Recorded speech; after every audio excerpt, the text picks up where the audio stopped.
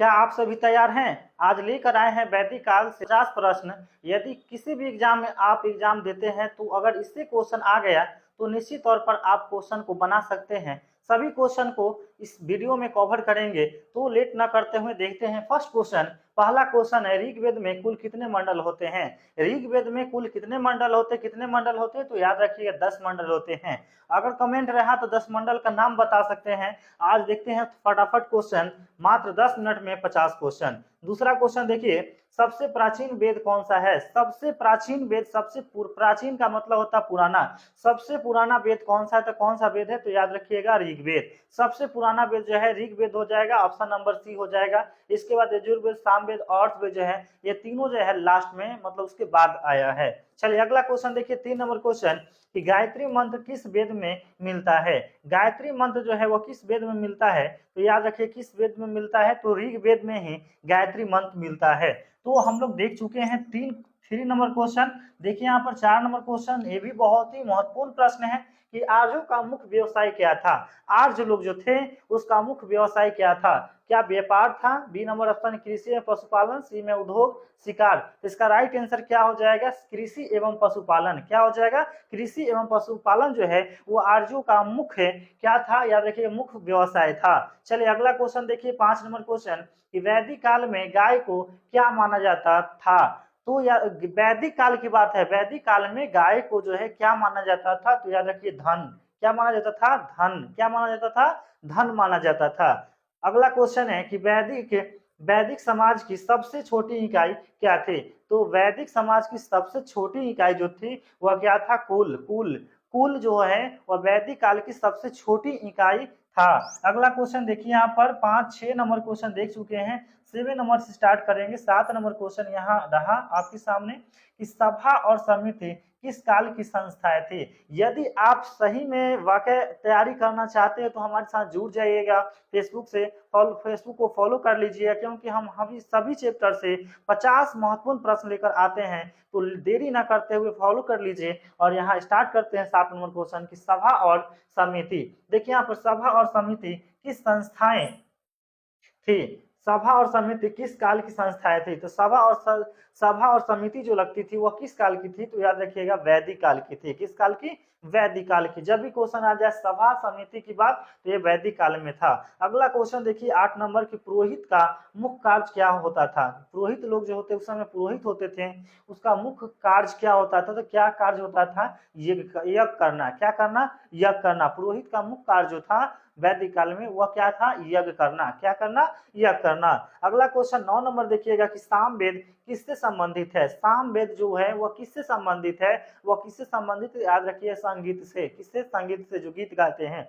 तो सामवेद किससे संबंधित होता है? संगीत से। ऑप्शन नंबर ए हो जाएगा।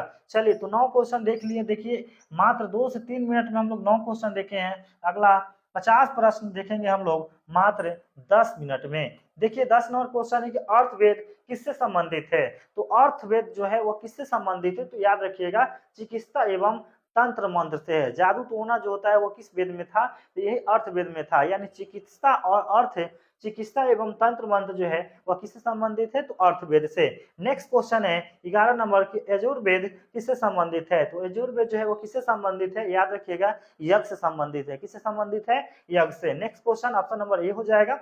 नेक्स्ट क्वेश्चन है 12 नंबर की, ऋग्वेद में सर्वाधिक वर्णित देवता कौन है? तो ऋग्वेद में सबसे ज्यादा अगर किसी देवता का चर्चा किया गया है तो वह कौन है? इंद्र है। और आप कमेंट में बताइए कि ऋग्वेद में इंद्र देव का जो चर्चा वो कितना बार किया गया है, ये भी हम बताए हुए हैं। अगर आप जानते हैं तो कमेंट में कीजिए। चलिए अगला क्वेश्चन है, नहीं तो हम जस्ट इसके बाद बताएंगे नेक्स्ट वीडियो में। 13 नंबर क्वेश्चन है कि अग्नि किसके देवता है? तो अग्नि किसके देवता है? तो किसके देवता है? आग के देवता को ही हम लोग क्या बोलते हैं? अग्नि देवता। यानी अग्नि से संबंधित है। ऑप्शन नंबर बी हो जाएगा राइट आंसर।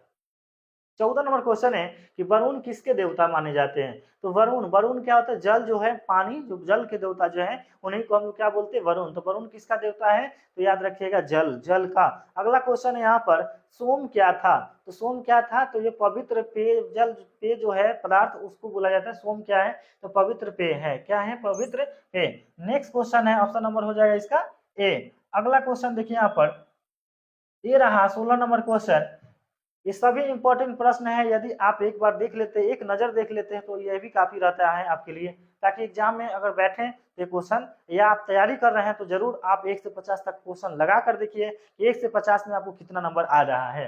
उत्तर वैदिक काल की प्रमुख धातु कौन सी थी? तो उत्तर वैदिक काल की प्रमुख धातु जो थी वो क्या थी? लोहा। क्या था? लोहा। अगला क्वेश्चन है कि जन का मुखिया कहलाता था, तो जन का मुखिया को क्या बोलते थे? राजन। क्या कहलाता था? राजन। ऑप्शन नंबर बी हो जाएगा। चलिए नेक्स्ट क्वेश्चन देखिए यहाँ पर 18 नंबर की, वैदिक काल में कर को क्या कहा जाता था? तो वैदिक काल में कर को भाग बोला जाता था। क्या बोला जाता था? भाग बोला जाता था। याद रखिएगा ये सब प्रश्न, ये सभी प्रश्न हम इसका डिटेल पढ़ा रहे हैं। अगर आप मेरे यूट्यूब चैनल से जुड़ जाते हैं तो ये सभी आप इसको डिटेल में पढ़ सकते हैं। चलिए 19 नंबर क्वेश्चन है, आर्यों की भाषा कौन सी थी? तो आर्यों की भाषा जो था वो क्या था? संस्कृत। क्या है? संस्कृत। आर्यों की भाषा क्या है? संस्कृत है। अगला क्वेश्चन देखिए यहाँ पर 20 नंबर क्वेश्चन है कि 4 वेदों में सबसे बाद में रचित वेद कौन सा है? तो 4 वेदों में सबसे बाद में रचित वेद जो है वो कौन सा है? तो याद रखिएगा अथर्ववेद। सबसे पुराना पूछा जाए तो ऋग्वेद हो जाएगा, और सबसे लास्ट में बना है वो कौन बना है? अथर्ववेद। तो राइट आंसर क्या हो जाएगा? ऑप्शन नंबर सी हो जाएगा। चलिए नेक्स्ट क्वेश्चन है 20 के बाद 21 नंबर क्वेश्चन देखते हैं, उपनिषद किससे संबंधित है? तो उपनिषद जो है वो किससे संबंधित है? तो राइट आंसर हो जाएगा ए, दर्शन से संबंधित है। किससे संबंधित है? दर्शन से। 21 नंबर क्वेश्चन देख चुके हैं, 21 नंबर क्वेश्चन देखते हैं वो 22 यानी 22 नंबर क्वेश्चन स्टार्ट करते हैं। ब्राह्मण ग्रंथ किससे संबंधित है? ब्राह्मण ग्रंथ जो है वो किससे संबंधित है? तो याद रखिए किससे संबंधित है? यज्ञ से। किससे संबंधित है? यज्ञ से। ऑप्शन नंबर ए हो जाएगा। अगला क्वेश्चन है 23 नंबर कि आर्णयक ग्रंथों की रचना कहाँ हुई है? आर्णयक ग्रंथों की रचना जो है वो कहाँ हुई थी? तो याद आर्णयक मतलब आर्णय मतलब क्या होता है? वन, जंगल। तो वही आर्णयक ग्रंथों की रचना जो हुआ कहाँ हुआ था? वन में हुआ था, यानी one. Answer option number A हो जाएगा। 24 नंबर क्वेश्चन है कि वैदिक शिक्षा का प्रमुख स्थान क्या था? तो वैदिक शिक्षा का प्रमुख स्थान जो था वह क्या था? वैदिक शिक्षा पुराने जो होते गुरु जो होते थे वह कहाँ शिक्षा देते? गुरुकुल में, यानी गुरुकुल या बोल सकते वन में। तो वैदिक शिक्षा का प्रमुख स्थान क्या कहलाता था? गुरुकुल। क्या कहलाता था? गुरुकुल, जो वन में पढ़ाया जाता था। चलिए क्वेश्चन देखिए आगे 28 नंबर क्वेश्चन है कि वैश्य का कार्य क्या था? तो वैश्य का कार्य क्या था? याद रखिए उस समय जो थे वह 4 भागों में बांटा गया था। अभी जो वर्ण व्यवस्था थी उसको 4 भागों में बांटा गया था। पहला था ब्राह्मण, दूसरा था क्षत्रिय, तीसरा है वैश्य और चौथा है क्या है? शूद्र है। तो देखिए यहाँ पर 28 नंबर क्वेश्चन यही है कि वैश्य का जो कार्य था वह क्या था? तो वैश्य का देखिए, वैश्य का कार्य क्या था? व्यापार एवं कृषि करना। व्यापार एवं कृषि करना किसका कार्य था? तो वैश्य का, वैश्य का। अगला क्वेश्चन शूद्र, तो शूद्र का क्या कार्य था? तो याद रखिएगा सेवा करना। क्या था? सेवा करना। नेक्स्ट क्वेश्चन आप देख सकते हैं 30 नंबर की, ऋग्वेद में सर्वाधिक वर्णित नदी कौन सी है? अगर ऋग्वेद में सबसे ज्यादा अगर पूछा जाए किस देवता का वर्णित है तो वह इंद्र हो जाएगा, लेकिन किस नदी का वर्णन है तो याद रखिएगा सरस्वती। सरस्वती नदी जो है वह ऋग्वेद में सबसे ज्यादा इसका चर्चा है। अगला क्वेश्चन है देखिए यहाँ पर 30 के बाद 31 नंबर क्वेश्चन देखेंगे कि 10 राग युद्ध का वर्णन किस वेद में है? तो दशराग युद्ध का जो वर्णन है वह किस वेद में मिलता है? तो याद रखिएगा ऋग्वेद में। किस वेद में? ऋग्वेद में। बहुत ही वेरी वेरी इंपॉर्टेंट प्रश्न है, सभी एग्जामों में क्वेश्चन पूछ चुका है, इसलिए आप इसको नजरअंदाज नहीं कीजिएगा। 21 नंबर कि दशराग युद्ध जो है वह किससे संबंधित, किस वेद से संबंधित है? तो याद रखिएगा ऋग्वेद से संबंधित है। चलिए नेक्स्ट क्वेश्चन है 32 नंबर कि दशराग युद्ध किस नदी के तट पर हुआ था? जो दशराग युद्ध जो है वो किस नदी के तट पर हुआ था? तो याद रखिएगा परोसनी नदी। कौन सा नदी? परोसनी नदी। और इस परोसनी नदी का अब जो नाम है वह बदल चुका है, वह क्या है? आप कमेंट में बताइए, नहीं तो इसका भी आंसर हम बता सकते हैं। चलिए अगला क्वेश्चन है दशराग युद्ध का विजेता कौन था?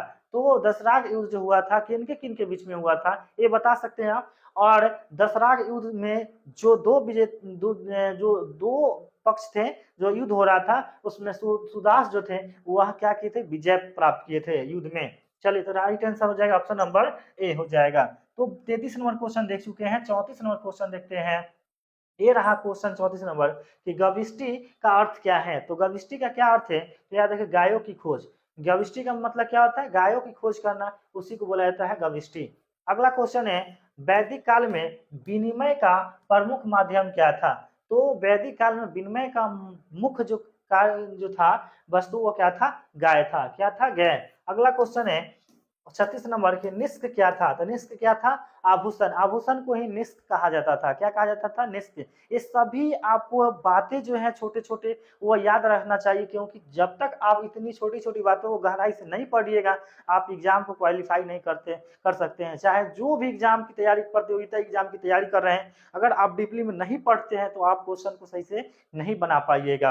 अगर आप सही से पढ़ लेते हैं तब हमारा क्वेश्चन देखते हैं तो और मजा आएगा आपको। 36 नंबर क्वेश्चन के बाद हम लोग देखेंगे, 36 के बाद 37 नंबर क्वेश्चन है कि विदत, विदत क्या है? विदत क्या था? तो याद रखिए धार्मिक एवं सामाजिक सभा जो लगता था उसी को हम लोग विधत कहते थे। क्या कहते थे? विधत। विधत किसको बोलेंगे? तो समाज, धार्मिक एवं सामाजिक सभा जो होता है उसी को विधत कहते हैं। 37 नंबर क्वेश्चन देख चुके हैं। 38 नंबर क्वेश्चन है कि राजा का प्रमुख सहायक कौन था? तो राजा का प्रमुख सहायक जो होते थे वो कौन थे? पुरोहित थे। और पुरोहित का मेन जो काम था वह क्या करता? यह करना था। ठीक है, अगला क्वेश्चन देखिए यहाँ पर 30 नंबर, वैदिक शिक्षा का मुख्य उद्देश्य क्या था? तो वैदिक शिक्षा का मुख्य उद्देश्य जो है वो क्या है? चरित्र निर्माण। क्या था? चरित्र निर्माण। वैदिक शिक्षा का मुख्य उद्देश्य जो है क्या है? चरित्र निर्माण है। यानी 39 नंबर क्वेश्चन हो चुका है। 39 के बाद हम लोग चलते हैं 40 नंबर क्वेश्चन कि प्रथम प्रथम आश्रम कौन सा था? प्रथम आश्रम कौन सा था? तो याद रखिएगा ए नंबर ऑप्शन ब्रह्मचर्य। क्या था? ब्रह्मचर्य। अगला क्वेश्चन है 41 नंबर की चार आश्रम व्यवस्था किस काल में विकसित हुई है? तो चार आश्रम व्यवस्था जो है किस काल में है?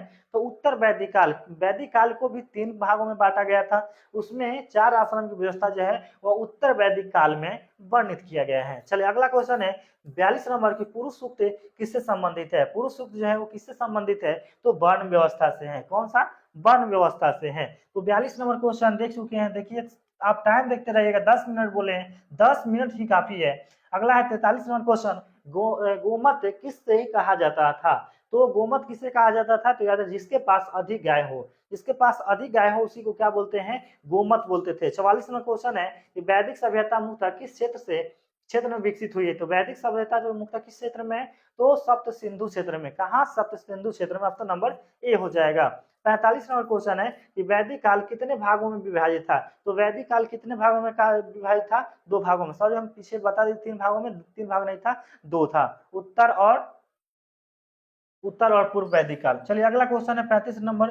45 के बाद 46 नंबर क्वेश्चन देखेंगे।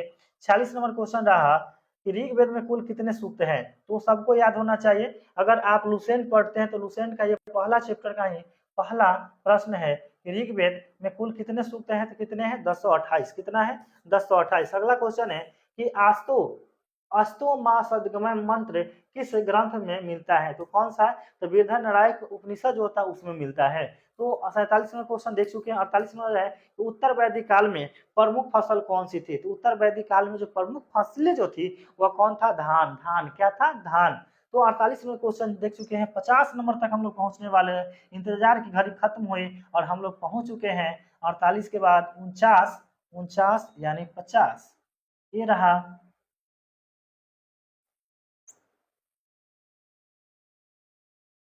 50 नंबर क्वेश्चन की तरफ चल रहे हैं। 50 नंबर क्वेश्चन, ये सभी क्वेश्चन हम लोग देख चुके हैं। लास्ट बचा हुआ है 50 नंबर क्वेश्चन। लगता है कि 49 50 नहीं है। चलिए कोई बात नहीं है, नेक्स्ट वीडियो में हम लोग इस पार्ट को कवर कर लेंगे। आज के लिए इतना ही। अगर अच्छा लगा होगा तो वीडियो को आप शेयर कर दीजिएगा। अगर नए हैं फेसबुक से तो फॉलो कर लीजिएगा। चलिए मिलते हैं एक नए टॉपिक के साथ। जय हिंद, जय भारत दोस्तों।